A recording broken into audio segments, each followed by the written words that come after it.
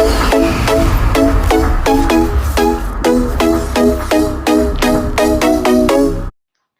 Students, welcome to Shubhin intelligence zone. तो आज हम लेकर आ गए हैं अपने जावा के लेक्चर थर्ड को। तो जावा के लेक्चर सीरीज में हमने ऑलरेडी 2 वीडियो आपके कवर कर दिए हैं जो कम्प्लीटली आपके जावा के बेसिक्स के बारे में, ऊप्स के कॉन्सेप्ट्स के बारे में और ऊप्स के 4 पिलर्स के बारे में हैं। तो आज हम स्टार्ट करेंगे अपने जावा के लेक्चर थर्ड को। एक डिस्क्लेमर है इस लेक्चर को शुरू करने से पहले कि आज हम अपने जावा का कुछ कोड रन करेंगे। तो जावा का जो कोड है वो सी लैंग्वेज के कोड से काफी डिफिकल्ट होता है, जो कि आपने जावा से पहले अपने सेमेस्टर्स में पढ़ रखी होती है। हालांकि हम सी के फंक्शंस को, सी के कोड को जावा से कंपेयर करके पढ़ेंगे जिससे कि आपको इजीली समझ में आए। बट ऐसा हो सकता है कि आपको एक बार में पूरा कोड समझ में ना आए, बहुत सारे वर्ड्स, बहुत सारे कीवर्ड्स, बहुत सारे यूजर डिफाइंड फंक्शंस आपको न्यू लगे। तो बिल्कुल भी घबराना नहीं है, हैव सम पेशेंस, एकदम शांति से वीडियो को देखिएगा। और अगर आपको समझ नहीं भी आता है तो आप रिकैप पे वीडियो देखिएगा, धीरे धीरे करके आपको समझ में आएगा। राइट, जावा का कोड आपको धीरे धीरे स्टेप बाय स्टेप जैसे जैसे प्रोग्राम्स में आगे बढ़ेंगे, सीरीज में आगे बढ़ेंगे, आपको समझ में आएगा। तो बिल्कुल घबराना नहीं है, पैनिक नहीं करना है कि हमें तो समझ में नहीं आया, अब हम क्या करेंगे। हैव सम पेशेंस, वीडियो पे ट्रस्ट रखिएगा और एंड तक अगर आप जुड़े रहेंगे तो पक्का आपको समझ में आएगा। तो चलिए, ये एक डिस्क्लेमर था, अब स्टार्ट करते हैं अपने कोड को। तो जैसे कि मैंने अपने लेक्चर 2 में बात की थी ओप्स के बारे में। ओप्स मतलब कि ऑब्जेक्ट ओरिएंटेड प्रोग्रामिंग सिस्टम। तो जावा जावा हमारी एक ऐसी लैंग्वेज है जो ऑब्जेक्ट ओरिएंटेड होती है। अब जो भी लैंग्वेज हमारी ऑब्जेक्ट ओरिएंटेड होती है उसमें 2 चीजें होती हैं, एक होता है हमारा क्लास और एक होती है हमारी ऑब्जेक्ट। राइट, तो अगर हमारी कोई लैंग्वेज ऑब्जेक्ट ओरिएंटेड होती है, ऑब्जेक्ट ओरिएंटेड, तो ऑब्जेक्ट ओरिएंटेड लैंग्वेज में आप 2 चीज देखते हैं, एक आपका क्लास और एक आपका ऑब्जेक्ट। अब क्लास और ऑब्जेक्ट क्या होता है ये मैंने आपको डिस्कस किया था वीडियो नंबर 2 में कि ऑब्जेक्ट का मतलब अगर कोई भी रियल वर्ल्ड एंटिटी है तो वो ऑब्जेक्ट है, और उस ऑब्जेक्ट का अगर कोई ब्लूप्रिंट है या कोई फीचर्स है तो वो हमारी क्लास होते हैं। अगर आपको इनका मतलब नहीं पता तो फिलहाल आप मान लीजिए कि क्लास और ऑब्जेक्ट है कुछ जो ऑब्जेक्ट ओरिएंटेड के लिए यूज होते हैं, ऐसी प्रोग्रामिंग लैंग्वेज के लिए जो ऑब्जेक्ट ओरिएंटेड होगी। बाकी इनका डिटेल्ड मीनिंग जानने के लिए आप वीडियो 2 को चेकआउट कर सकते हैं। ओके, चलिए देखते हैं। तो यहाँ पे पहले एक काम करेंगे, डायरेक्टली अपने एक छोटे से प्रोग्राम और प्रोग्राम की स्ट्रक्चर की, बेसिकली स्ट्रक्चर ऑफ प्रोग्राम से स्टार्ट करेंगे। तो यहाँ पे मैं आपको सी का प्रोग्राम साथ बाय साथ लिखूंगी जिससे कि आप जो है कंपेयर कर पाएंगे कि जिस चीज का मतलब सी प्रोग्राम में क्या था उसका जावा में हम कैसे लिखते हैं। ठीक है, तो ये सी प्रोग्राम होगा और ये हमारा जावा होगा। पूरा प्रोग्राम नहीं होगा, कुछ कीवर्ड्स होंगे जो हम कंपेयर करते चलेंगे। तो सबसे पहली बात, जैसे सी के प्रोग्राम को लिखने से पहले हम क्या लगाते थे, हेडर फाइल्स लगाते थे। राइट, तो सी के प्रोग्राम को लिखने से पहले हम अपनी हेडर फाइल्स लगाते थे। उसी प्रकार जब जावा का कोड हम लिखते हैं तो जावा का कोड आपका रन होता है क्लास के अंदर। जावा का जो कोड है वो कहाँ रन होता है, वो क्लास के अंदर रन होता है। अब मैंने फिर से कहा था कि कुछ चीजें आपको अटपटी लगेंगी बट हैव सम पेशेंस, धीरे धीरे आपको क्लियर होगा। राइट, तो जावा का जो कोड है वो हमेशा रन होता है क्लास के अंदर, तो इसलिए पहले हम लिखते हैं क्लास को। क्या लिखते हैं, क्लास। ये क्लास क्या है, तो क्लास जावा का कोड रन करने के लिए एक तरीका है, क्योंकि जावा के जो कोड होते हैं वो क्लास के अंदर रन होते हैं। तो स्ट्रक्चर क्या कहता है जावा के प्रोग्राम का कि सबसे पहले मेरा क्लास आता है, उसके बाद हमारा क्लास का नाम आता है, क्लास नेम। ठीक है, तो पहले मैंने क्या लिखा, पहले मैंने लिखा क्लास, एक कीवर्ड है हमारा क्लास क्योंकि जावा का कोड क्लास के अंदर रन होता है। उसके बाद इस क्लास का मैं कुछ नेम रखूंगी, इस क्लास का क्या रखेंगे, हम कुछ नेम रखेंगे, तो वो हमारा क्लास के जस्ट बाद आएगा। जिस बात का आपको ध्यान रखना है वो बात ये है कि इस क्लास का जो नेम आएगा वो आपका फर्स्ट लेटर जो होगा, first letter should be capital. ठीक है, यानी कि मेरा जावा का कोड रन होता है क्लास के अंदर, और क्लास लिखने के बाद जो कि कीवर्ड है, इसे लिखने के बाद मैं अपने क्लास का नेम लिखूंगी, और क्लास के नेम का जो पहला अक्षर होगा, जो पहला लेटर होगा, वो क्या होना चाहिए, वो कैपिटल होना चाहिए। ठीक है, उसके बाद हम क्या करते थे, सी प्रोग्राम में क्या करते थे, सी में हेडर फाइल्स लगाने के बाद हम लगाते थे मेन फंक्शन को। क्या लगाते थे, मेन फंक्शन को, और बेसिकली वॉइड मेन फंक्शन को। अब जावा में कैसे आगे बढ़ना है, तो जावा में भी हम क्या लगाते हैं, जावा में भी हम मेन फंक्शन लगाते हैं। तो जावा में मैंने लगाया मेन फंक्शन, जैसे आप सी में लगाते हो वैसे ही आप जावा में लगाओगे। अब ये मेन फंक्शन के आगे जो वॉइड लगा हुआ है ये क्या इंडिकेट करता है, मेन फंक्शन के आगे वॉइड का लगना ये इंडिकेट करता है कि बेसिकली वो फंक्शन आपको कोई वैल्यू रिटर्न नहीं करेगा। ठीक है, तो अगर मैं अपने जावा के अंदर एक ऐसा फंक्शन बना रही हूं मेन को जो मुझे प्रोग्राम के एंड में कोई वैल्यू रिटर्न नहीं करेगा, तो यहां पर भी क्या लगेगा, वॉइड। तो ये वॉइड मेन का क्या मतलब है, यहां पर वॉइड मेन का मतलब ये है कि ये मेन फंक्शन आपको कुछ भी वैल्यू रिटर्न नहीं कर रहा है। ओके, ठीक है। उसके बाद ये हुई वॉइड मेन की बात। अब यहाँ पे हम दो वर्ड और लगाते हैं, एक लगाते हैं पब्लिक और एक लगाते हैं स्टैटिक। पब्लिक और आपका स्टैटिक। तो हमारा वॉइड मेन होता है, जैसे हमारा सी लैंग्वेज का वॉइड मेन है वैसे ही हमारा जावा का वॉइड मेन है। उसके पहले हम लिखते हैं स्टैटिक और फिर हम लिखते हैं पब्लिक। तो स्टैटिक कब लिखते हैं, अगर अपनी क्लास के अंदर हम कोई ऑब्जेक्ट क्रिएट नहीं कर रहे हैं। ध्यान दीजिएगा, अगर अपनी क्लास के अंदर हम कोई ऑब्जेक्ट क्रिएट नहीं कर रहे हैं तो हम स्टैटिक कीवर्ड लगाते हैं। If not creating the object, तो अगर आप ऑब्जेक्ट क्रिएट नहीं कर रहे हो तो आप लगाते हो क्या, तो आप लगाते हो स्टैटिक कीवर्ड। और पब्लिक कीवर्ड क्यों लगता है, तो पब्लिक कीवर्ड लगता है पब्लिक एक्सेस के लिए। बेसिकली मैंने आपको बताया था कि जावा क्या है, जावा एक प्लेटफॉर्म इंडिपेंडेंट लैंग्वेज है जो हर ऑपरेटिंग सिस्टम पे चल जाती है। तो हर ऑपरेटिंग सिस्टम पे हमारे जावा के कोड को एक्सेस मिल सके इसलिए हम पब्लिक कीवर्ड लगाते हैं। अब दोबारा एक बार मैं देखती हूँ, दोबारा रिपीट करते हैं, याद करते चलेंगे। जावा एक ऑब्जेक्ट ओरिएंटेड लैंग्वेज होती है जो क्लास के अंदर चलती है, यानी जावा का जो कोड है वो क्लास के अंदर रन होता है, इसलिए हम क्लास बनाते हैं। क्लास के बराबर में हम लिखते हैं क्लास का नाम। क्लास का जो भी आप नेम बनाएंगे ये नेम बेसिकली यूजर डिफाइंड होता है, तो ये भी हम देख सकते हैं कि क्लास का जो नेम है वो आपका यूजर डिफाइंड होगा, यानी कि यूजर्स इसको डिफाइन करेंगे। और जो भी नेम होगा उसका फर्स्ट लेटर क्या होना चाहिए, फर्स्ट लेटर कैपिटल होना चाहिए। उसके बाद हम जैसे सी लैंग्वेज में लिखते हैं मेन फंक्शन, वैसे ही हम जावा में लिखते हैं मेन फंक्शन। और अगर मेन फंक्शन कोई वैल्यू रिटर्न नहीं कर रहा तो मेन फंक्शन के पहले हम लगाते हैं वॉइड, फिर हम लगाते हैं स्टैटिक और पब्लिक। अब जिसको ये मीनिंग समझ में आ गया कि स्टैटिक कब लगता है, जब क्लास के अंदर कोई ऑब्जेक्ट नहीं क्रिएट किया गया हो, और पब्लिक कब लगता है, जब सभी ऑपरेटिंग सिस्टम को जावा सभी ऑपरेटिंग सिस्टम पे चल पाए या सभी ओएस उसको एक्सेस कर पाए।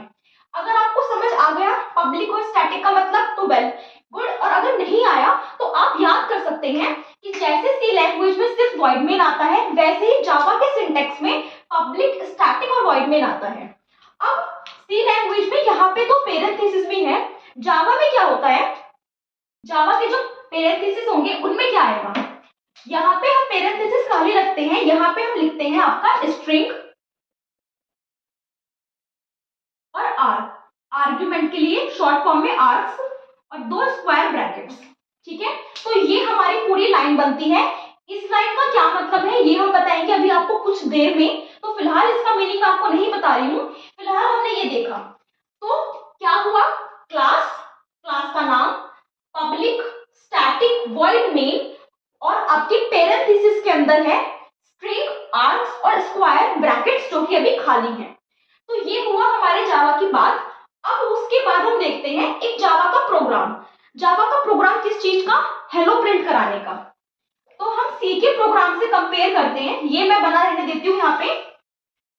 इसी बोर्ड में हम दो तरफ बनाते हैं, इस बोर्ड को डिवाइड करते हैं टू पार्ट्स में, कि अगर मुझे वो हेलो का प्रोग्राम सी के लिए लिखना है तो मैं कैसे लिखूंगी, और जावा के लिए लिखना है तो हम कैसे लिखेंगे। तो पहले जावा सी के लिए क्या लगाएंगे, सी के लिए हम लगाएंगे हेडर फाइल्स। सी का सिंटेक्स कहता है पहले लगाओ हेडर फाइल्स, और जावा का सिंटेक्स क्या कहता है कि आप बनाओ एक क्लास, और क्लास का बनाओ कुछ नाम, और नाम क्लास का जो बनेगा उसका पहला लेटर कैसा होना चाहिए, कैपिटल। तो मैंने क्लास का नाम बना लिया हेलो, तो ये हेलो नेम है, क्लास नेम। उसके बाद सी में क्या आता है, सी में आता है आपका वॉइड मेन और ये दो ब्रैकेट। अब इस वॉइड मेन के प्लेस पे जावा में क्या आता है, तो जावा में आता है आपका पब्लिक स्टैटिक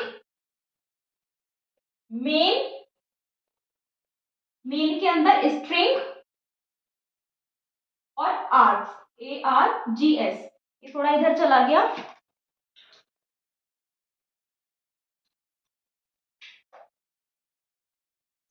ये, और ये हमारा सी का वॉइड मेन है।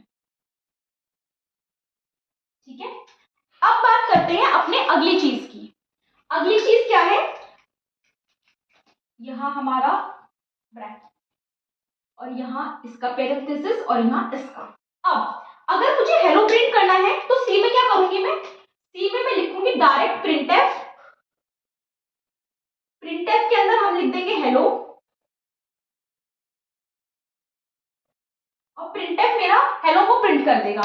अब इस चीज के लिए मैं जावा में क्या करती हूँ, तो जावा में हम लिखते हैं system dot out dot print hello semicolon, और ये दो, एक हमारा ये वाला क्लोज हुआ, एक हमारा क्लास वाला। तो यहाँ पे क्या देख पा रहे हैं कि जो चीज सी लैंग्वेज में सिर्फ प्रिंटफ लिखने से हो जाती है, जावा में उसके लिए आपको ये सब लिखना पड़ता है, system dot out dot print. तो जावा में क्या लिखते हैं हम, system dot out dot print, और सी लैंग्वेज में क्या लिख रहे हैं हम, प्रिंटफ। अब इसका मतलब क्या है, तो ये सिस्टम क्लास है, क्लास के जस्ट पास जो आउट लिखा हुआ है ये मेरा ऑब्जेक्ट है, और प्रिंट मेरा मेथड है। मेथड का मतलब जावा में एक फंक्शन है, क्या करता है ये, इसके अंदर जो भी लिखा होता है आपकी आउटपुट स्क्रीन पे आपको दिखा देता है। तो एक बार दोबारा समझते हैं, एक प्रोग्राम लिखा जावा का, सबसे basic programme simple hello print कराने का, और उसको कंपेयर करते चले हम अपनी सी लैंग्वेज से। तो जैसे सी में सबसे पहले हेडर फाइल्स आएंगी, उसी प्रकार जावा के अंदर सबसे पहले क्या आएगा, क्लास, क्लास का नेम। तो क्लास, क्लास क्या है, कीवर्ड, तो क्लास की तरह ही आएगा क्योंकि कीवर्ड है, लेकिन यहाँ पे क्लास का नेम होता है जो यूजर डिफाइंड होता है। तो मैंने अपनी क्लास का नेम क्या बनाया, हेलो, जो कि यूजर डिफाइंड नेम है, मैंने हेलो बना दिया, आप कुछ और बना सकते हो। ठीक है, उसके बाद यहाँ पे सी में डायरेक्टली वॉइड मेन आता है, यहाँ पे आप क्या लिखते हो, पब्लिक स्टैटिक, यहाँ पे वॉइड भी आएगा, तो पब्लिक स्टैटिक वॉइड मेन। ठीक है, वॉइड मेन के प्लेस पे यहाँ पे क्या है, पब्लिक स्टैटिक वॉइड मेन, और इस ब्रैकेट के अंदर क्या लिखते हैं, स्ट्रिंग, आर्ग्स, और ये खाली। इसका क्या मतलब है ये हम देखेंगे अभी थोड़ी देर बाद, फिलहाल मैंने आपको ये समझा दिया।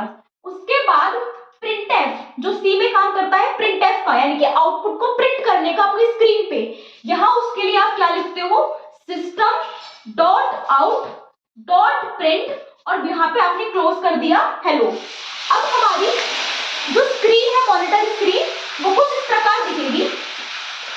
तो ये मेरी स्क्रीन होगी और ये कुछ इस प्रकार दिखेगी, यहाँ पर हेलो प्रिंट होगा, और आपका जो कर्सर है वो यहाँ ब्लिंक कर रहा होगा। हेलो प्रिंट होने के बाद जो कर्सर है मेरा वो यहाँ प्रिंट होगा, यहाँ पे ब्लिंक करेगा।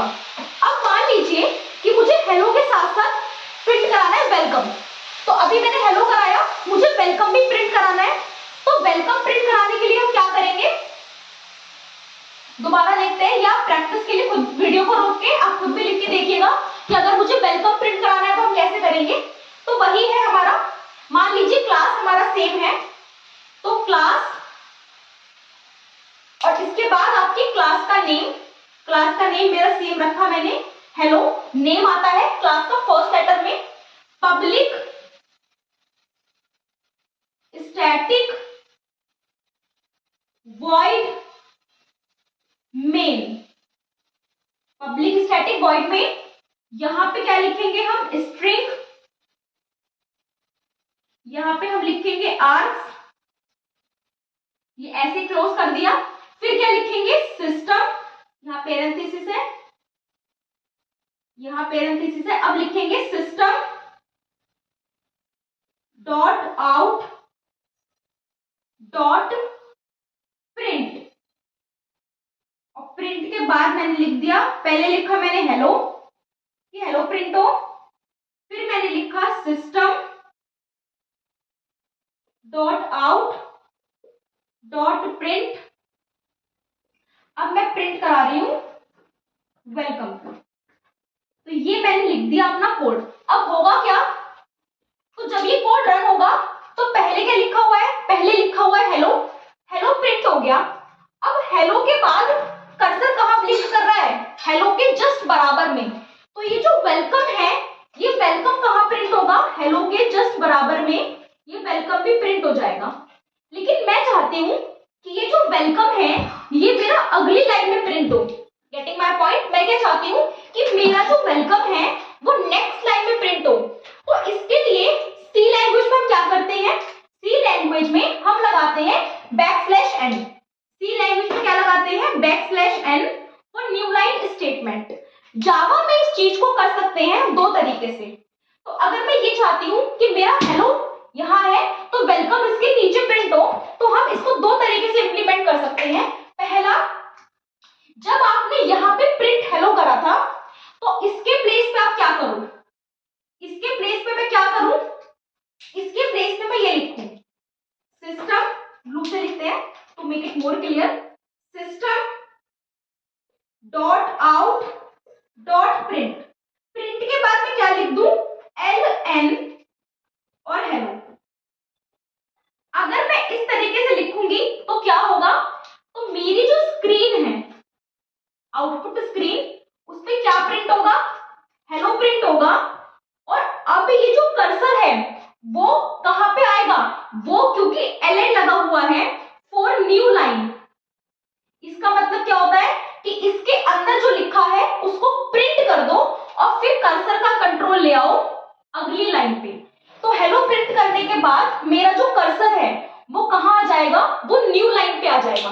Getting my point. तो एक तरीका तो ये है, ये मेरा पहला तरीका है किस चीज को करने का, कि आप प्रिंट करा के कर्सर को न्यू लाइन पे ले आओ और अब यहां पे लिख दो system dot out dot print और यहां पे लिख दो आप वेलकम। तो एक तरीका तो ये हुआ। अब क्या, अब कर्सर कहां पे है, हेलो प्रिंट करने के बाद जो कर्सर है वो कहां पे है, वो यहां पर है, तो वेलकम मेरा यहां प्रिंट होगा। तो आई थिंक आप समझ पा रहे होंगे कि जब मैंने ये वाला कोड लिखा था तो यहाँ पे कोई ln नहीं लगा हुआ था, यहाँ कोई ln नहीं था, तो हेलो के जस्ट बराबर में कर्सर ब्लिंक हुआ और वेलकम उसके बराबर में प्रिंट हो गया। लेकिन यहाँ ln लगाया हुआ है फॉर न्यू लाइन स्टेटमेंट, तो हेलो प्रिंट होने के बाद कर्सर ब्लिंक हुआ अगली लाइन पे और वेलकम प्रिंट हुआ है नेक्स्ट लाइन पे। तो फर्स्ट मेथड तो ये है कि आपको अगर न्यू लाइन चाहिए, समझ रहे हैं आप बात को, अगर आपको आउटपुट प्रिंट करा के उसका कंट्रोल न्यू लाइन पे लेके जाना है तो एक मेथड ये है कि आप ln लगा दो। दूसरा मेथड क्या है, दूसरा मेथड ये है कि आप ln मत लगाओ, आप क्या चेंज करो, प्रिंट हेलो लिखने के बाद आप यहीं पर लगा दो नेक्स्ट लाइन स्टेटमेंट, बिल्कुल सी लैंग्वेज की तरह। तो यहां पर भी यही आउटपुट आएगा और अगर आप यहां पे ये लिखोगे ln तब भी यही आउटपुट आएगा। तो system dot out dot print ln hello लिखेंगे, अगर मैं ये लिखूंगी तब भी यही आएगा, अगर मैं ये लिखूंगी तब भी यही आएगा। तो आई थिंक आपको समझ आया होगा। एक बार समराइज करते हैं डिस्कशन को। क्या देखा हमने कि जावा ऑब्जेक्ट ओरिएंटेड प्रोग्रामिंग लैंग्वेज होती है जिसमें क्लास और ऑब्जेक्ट दोनों की नीड है। तो आपका जावा का जो कोड है वो रन होता है अंडर द क्लास। तो पहले हम क्लास बनाते हैं और उसके बराबर में हम लिखते हैं क्लास का नेम। क्लास आपका कीवर्ड है, एज इट इज आता है। क्लास का नेम यूजर डिफाइंड होता है, यूजर अपनी मर्जी से इस नाम को कुछ भी रख सकता है। तो और लेकिन जो भी नाम रखा जाएगा उसका फर्स्ट लेटर क्या होगा, कैपिटल होगा। उसके बाद हमने देखा कि हम वॉइड मेन को लिखते हैं, तो सी में तो सिंपल वॉइड मेन होता है, यहाँ सिंपल वॉइड मेन नहीं होता, यहाँ होता है पब्लिक स्टैटिक वॉइड मेन। उसके बाद दो ब्रैकेट, स्ट्रिंग, आर्क्स और खाली स्क्वायर ब्रैकेट्स, ठीक है। उसके बाद जो सी में प्रिंटफ है, यहाँ पे क्या है, तो प्रिंटफ के लिए यहाँ पे आप क्या लिखते हो, प्रिंटफ के प्लेस पे क्या लिखते हो, system dot out dot print और ब्रैकेट क्लोज करके अंदर अपना मैसेज जो आपको स्क्रीन पे प्रिंट कराना है। उसके बाद हमने देखा कि अगर मुझे न्यू लाइन चाहिए तो दो तरीके हैं, या तो मैं एलएन लगा दूं तब मुझे न्यू लाइन मिल जाएगी, या मैसेज प्रिंट कराने के बाद मैं यहाँ पे \n लगा दूं तो मुझे न्यू लाइन मिल जाएगी, ठीक है। तो ये तक, यहाँ तक अभी हमने देखा। अब बढ़ते हैं आगे। अब हम ये देखेंगे कि अगर हम डिफरेंट तरीके से वैल्यू देंगे अपने प्रिंट के अंदर तो आउटपुट स्क्रीन पे क्या प्रिंट होगा। तो यहाँ पे बेसिकली हम लिटरल्स के कॉन्सेप्ट को समझेंगे कि लिटरल्स क्या होते हैं। तो अगर आप अपने प्रिंट के अंदर, ध्यान दीजिएगा, अगर आप अपने प्रिंट के अंदर डायरेक्टली कोई वैल्यू लिख रहे हैं तो वो उसके लिए लिटरल होता है। एक तरीके से कांस्टेंट मान लीजिए कि अगर मैंने अपने जावा के प्रिंट के अंदर डायरेक्ट कोई वैल्यू लिखी है तो वो लिटरल होती है। फर्स्ट बात, जैसे हम कांस्टेंट लेते हैं ना वेरिएबल सी लैंग्वेज में, कि वेरिएबल्स के अंदर वैल्यू असाइन करते हैं तो वो कांस्टेंट होती है, एज इट इज प्रिंट होती है। ऐसे ही यहाँ पे होता है कि जावा के अंदर, प्रिंट के अंदर आपने डायरेक्टली कोई वैल्यू लिखी है तो वो उसके लिए लिटरल है। तो ये सारी वैल्यूज मैंने प्रिंट के अंदर डायरेक्ट लिखी हैं तो ये लिटरल्स हैं। उसके बाद दूसरा कॉन्सेप्ट आपको ये देखना है कि हमारा स्ट्रिंग क्या होता है। तो जावा के अंदर, प्रिंट के अंदर, जावा में प्रिंट के अंदर आपने अगर कोई भी वैल्यू डबल इन्वर्टेड कॉमा में लिखी है तो वो क्या है, वो आपका स्ट्रिंग है। समझ गए आप। तो यानी कि जो भी हमने डबल इन्वर्टेड कॉमा में लिख दिया वो हमारा स्ट्रिंग हो गया और वो डायरेक्टली ऐसे ही प्रिंट हो जाएगा। देखते हैं डिफरेंट चीजें लिखी हैं, इनका क्या आउटपुट आएगा। तो पहले हम यहां से स्टार्ट करेंगे, इस वाले पॉइंट से ध्यान देंगे। तो पहले मैं यहां से स्टार्ट करूंगी, इसके नीचे वाले से देखते हैं, ज्यादा सिंपल रहेगा। तो पहले इसके नीचे वाले को हम देखेंगे, यहां से क्या लिखा हुआ है। अच्छा दोबारा अगर मैं बताऊं तो वही, सबसे पहले मेरा क्लास, तो क्लास क्या है, क्लास मेरा कीवर्ड है और ये मेरा क्लास का नेम है जिसके अंदर मैंने डी को कैपिटल रखा है, तो क्लास नेम का जो फर्स्ट लेटर होता है वो कैपिटल आता है। उसके बाद ये क्या है, पूरा मेन फंक्शन की लाइन है, public static void main string arcs square bracket. इसको हम तब समझेंगे जब इसका अगला टॉपिक आएगा, इसी वीडियो में इसका जो अगला टॉपिक आएगा इसको हम तब देखेंगे। फिलहाल प्रिंटफ की जगह, मतलब कि आउटपुट पे प्रिंट कराने के लिए हम क्या यूज करते हैं, system dot out dot print. अब यहां से स्टार्ट करते हैं, यहां लिखा है system dot out dot print. तो ये पूरा क्या है, प्रिंटफ की जगह है। सी लैंग्वेज में जो प्रिंटफ होता है ये पूरा उसकी जगह। अंदर क्या लिखा है, डबल इन्वर्टेड कॉमा के अंदर लिखा है 10, मतलब कि ये क्या है, आपने एक वैल्यू दे दी है, यहां आपने एक वैल्यू दे दी है प्रिंट के अंदर डायरेक्टली। तो ये क्या है, ये इसके लिए लिटरल है और ये एज इट इज प्रिंट होगा। तो इस वाले कोड का जो आउटपुट आएगा वो आएगा आपका 10। यहाँ पे दो बातें देखनी है, क्योंकि ये आपने डायरेक्ट वैल्यू दी है तो ये लिटरल है, और आपने इस वैल्यू को डबल इन्वर्टेड कोट्स में बंद करके दिया है तो उसके साथ साथ ये स्ट्रिंग भी है, ठीक है। तो ये लिटरल है क्योंकि हमने डायरेक्ट एक वैल्यू दी है, और क्योंकि हमने डबल इन्वर्टेड कोट में बंद करी है तो लिटरल प्लस स्ट्रिंग है, और ये हमारे स्क्रीन पे एज इट इज प्रिंट होगा 10। अब नीचे आते हैं, नीचे क्या है, सिस्टम डॉट आउट प्रिंट 10। यहां पे क्या है, यहां पे भी ये लिटरल है क्योंकि मैंने डायरेक्ट वैल्यू दी है 10, तो यहां पर भी लिटरल है। लेकिन इसमें और इसमें अंतर क्या है, ये डबल इन्वर्टेड कोट में बंद है तो ये मेरा स्ट्रिंग है, स्ट्रिंग प्लस लिटरल है, और ये मेरा स्ट्रिंग नहीं है। समझ पा रहे हैं आप बात को। तो ये भी लिटरल है, ये भी लिटरल है, बट ये डबल इन्वर्टेड कोट में बंद है तो ये स्ट्रिंग है, और ये इन्वर्टेड कोट में नहीं है तो ये इंटीजर है। ये स्ट्रिंग है और ये इंटीजर है, बट इन दोनों का आउटपुट सेम आएगा। आउटपुट इसका भी क्या आएगा, 10। अब आते हैं नीचे, आपने नाम दिया है, क्या दिया है, नाम। तो नाम तो आपका स्ट्रिंग होता है, स्ट्रिंग मतलब कि नाम में कैरेक्टर्स होते हैं, इंटीजर्स नहीं होते। तो हमने क्या देखा कि जब भी मैं कोई स्ट्रिंग देती हूँ तो उसको डबल इन्वर्टेड कोट्स में बंद करती हूँ। तो नाम क्या है, नाम मेरे कैरेक्टर्स हैं, मतलब की स्ट्रिंग है तो उसको मैंने डबल इन्वर्टेड कोट्स में क्या किया है, बंद किया है। तो इसका आउटपुट भी डायरेक्ट आ जाएगा आपकी स्क्रीन पे लिखा हुआ अमन। अब इस पे देखते हैं सिस्टम डॉट प्रिंट 10a। यहां पे देखते हैं, ये थोड़ा ट्रिकी है। यहां पे क्या है, यहां पर ये जो 10 है ये मेरा स्ट्रिंग है। 10 क्या है, 10 मेरा स्ट्रिंग है ना।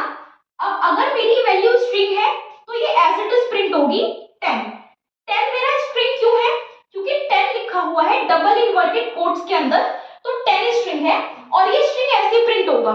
उसके बाद ए, अब ये ए क्या है, दिखने में तो ये एक कैरेक्टर लग रहा है, तो ये कैसे प्रिंट होगा, तो ये जो ए है ये कैरेक्टर में प्रिंट नहीं होगा। क्यों, क्योंकि इस ए को मैंने डबल इन्वर्टेड कोट में बंद नहीं किया है। जब जब मैं कोई स्ट्रिंग को प्रिंट कराती हूं अपनी जावा में, तो उस स्ट्रिंग को हम हमेशा डबल इन्वर्टेड कोट में बंद करते हैं। जैसे कि मैंने कहा कि 10 यहाँ पे डबल इन्वर्टेड कोट में बंद था तो एक स्ट्रिंग है, अमन यहाँ पे डबल इन्वर्टेड कोट में बंद था तो स्ट्रिंग है। इससे पहले हमने वेलकम प्रिंट कराया था, हमने हेलो प्रिंट कराया था। तो जब जब कोई स्ट्रिंग प्रिंट होती है तो वो कैसे आती है, वो डबल इन्वर्टेड कोट में आती है। बट ये 10 अभी स्ट्रिंग नहीं है। क्यों नहीं है, क्योंकि ये डबल इन्वर्टेड कोट में नहीं है, तो इसलिए इसको डबल इन्वर्टेड कोट में ना होने की वजह से ये स्ट्रिंग नहीं लेगा।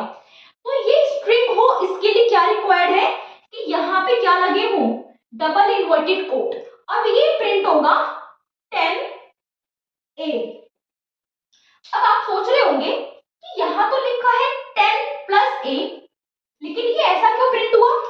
ये ऐसा इसलिए प्रिंट हुआ क्योंकि ये जो प्लस आप देख रहे हैं, क्या ये प्लस, जावा में ये प्लस क्या करता है, अगर आपने दो अलग अलग स्ट्रिंग लिखी हैं और उनके बीच में क्या लगा दिया प्लस, तो ये प्लस क्या करता है, सिर्फ उन दो स्ट्रिंग्स को साथ में प्रिंट कराने का काम करता है। Getting my point.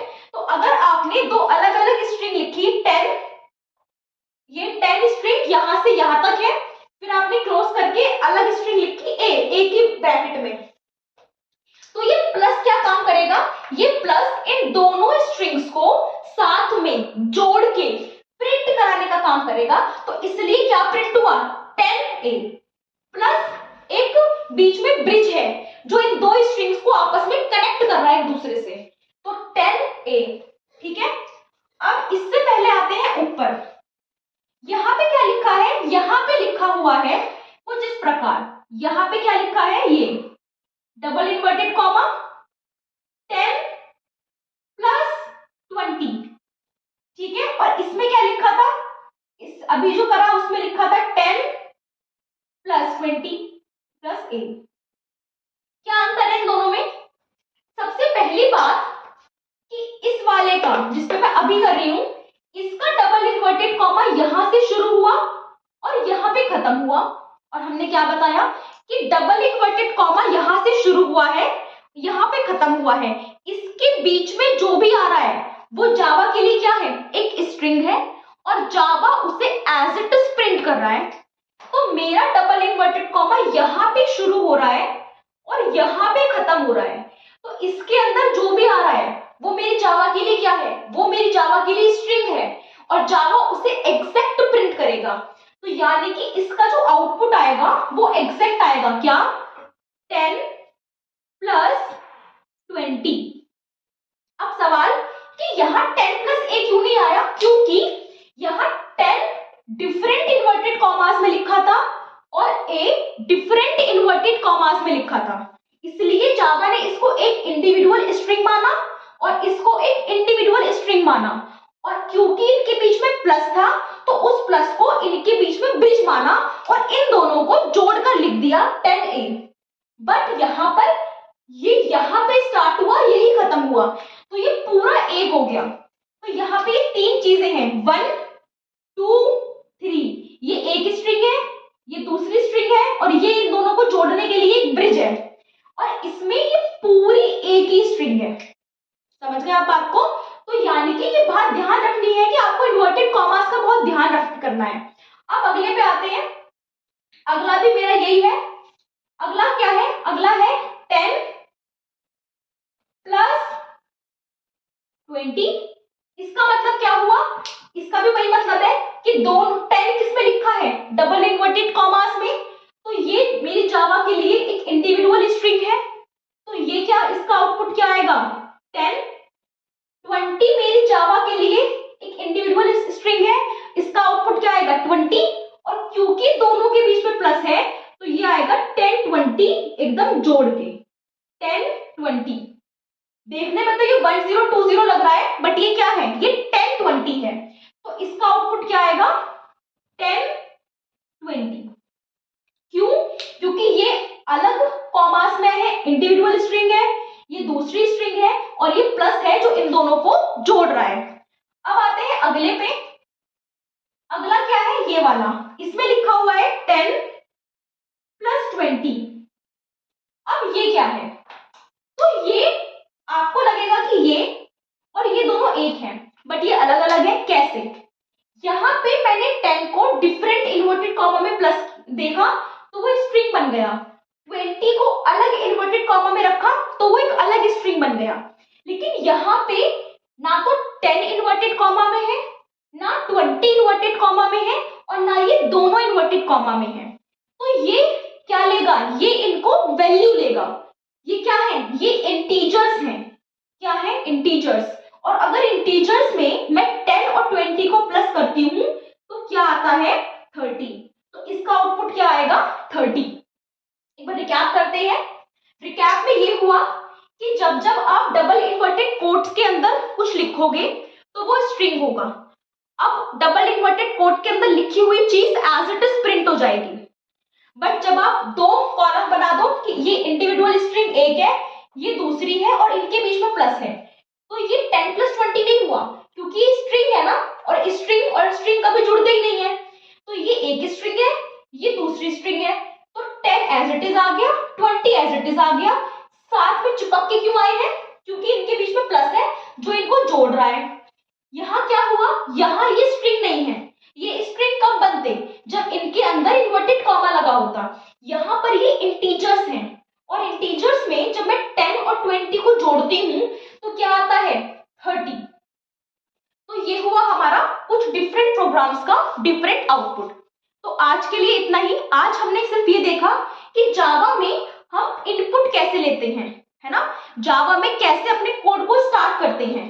तो स्टार्ट करते हैं क्लास से, क्लास के नाम से।